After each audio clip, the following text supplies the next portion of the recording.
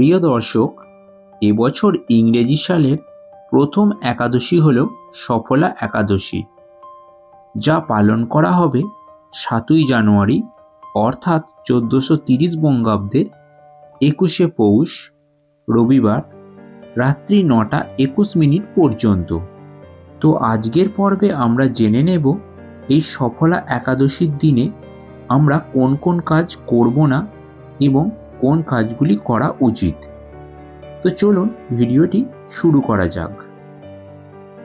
আমাদের হিন্দু সনাতন ধর্মে সফলা একাদশীর উপবাস অতি গুরুত্বপূর্ণ।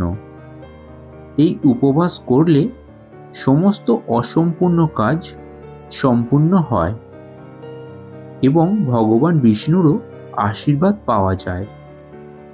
তবে এই ভগবান বিষ্ণুর আশীর্বাদ পেতে বেশ কিছু নিয়মকানুন পালন করতে হয়, যার ফলে আমরা এই ব্রতের পূর্ণ ফল লাভ করে থাকি। তো চলুন তাহলে জেনে নেওয়া যাক কি সেই নিয়ম যা সফলা একাদশীর দিনে আমাদের পালন করতে হবে। এই সফলা একাদশীর দিনে ভগবান বিষ্ণুর পূজা করা হয় ও উপবাস ব্রত পালন করতে হয়। এটি করলে বিশেষ কাজে সাফল্য পাওয়া যায়। পৌষ মাসের কৃষ্ণপক্ষে এই সফলা একাদশী পালন করা হয়ে থাকে।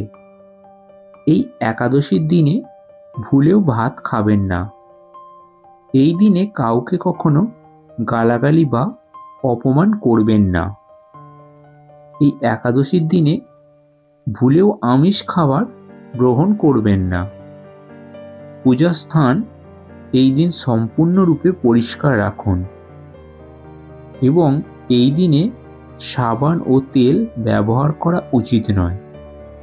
তাই এই সফলা একাদশীতে সাবান বা তেল গায়ে মাখবেন না এবং এই বিশেষ দিনে কখনো কারো খারাপ চিন্তা বা কারো নিয়ে খারাপ কথা বলবেন না। এই দিনে ভগবান বিষ্ণুর পূজা অর্চনা করুন এবং ভজন কীর্তনে মনোনিবেশ করা উচিত। এই দিন নিষ্ঠা সহকারে ভগবান বিষ্ণুর পূজা করুন, তবেই তার আশীর্বাদ প্রাপ্তি ঘটবে। আর ভগবান বিষ্ণুর আশীর্বাদ পেলেই মা লক্ষ্মীরও আশীর্বাদ পেয়ে থাকবেন। তখন দেখবেন আপনার জীবনে সুখ স্বাচ্ছন্দ্যে ধন দৌলতে ভরে যাবে। আর সর্বদাই নিজের মনের উপরে জোর রাখবেন, সে আপনার খারাপ সময়ই যাক আর ভালো সময়ই যাক, সর্বদাই ভগবানের উপর বিশ্বাস রাখবেন এবং নিজের কর্ম করবেন। তাই বর্তমানে যেমন পরিস্থিতিতেই আপনি থাকুন না কেন, কখনোই বিচলিত হবেন না। দেখবেন তুবড়ি জোরে জ্বলে, কিন্তু তা তাড়াতাড়ি শেষ হয়ে যায়।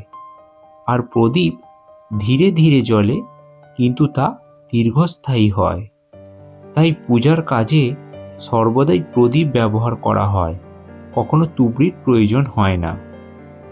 তাই ভগবানের উপর বিশ্বাস রাখুন এবং নিজের কর্ম করে এগিয়ে চলুন।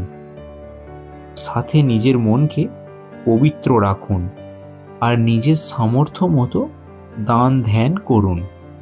দেখবেন এতে ভগবান আপনার উপর খুশি হবেন এবং আপনাকে আশীর্বাদ করবেন।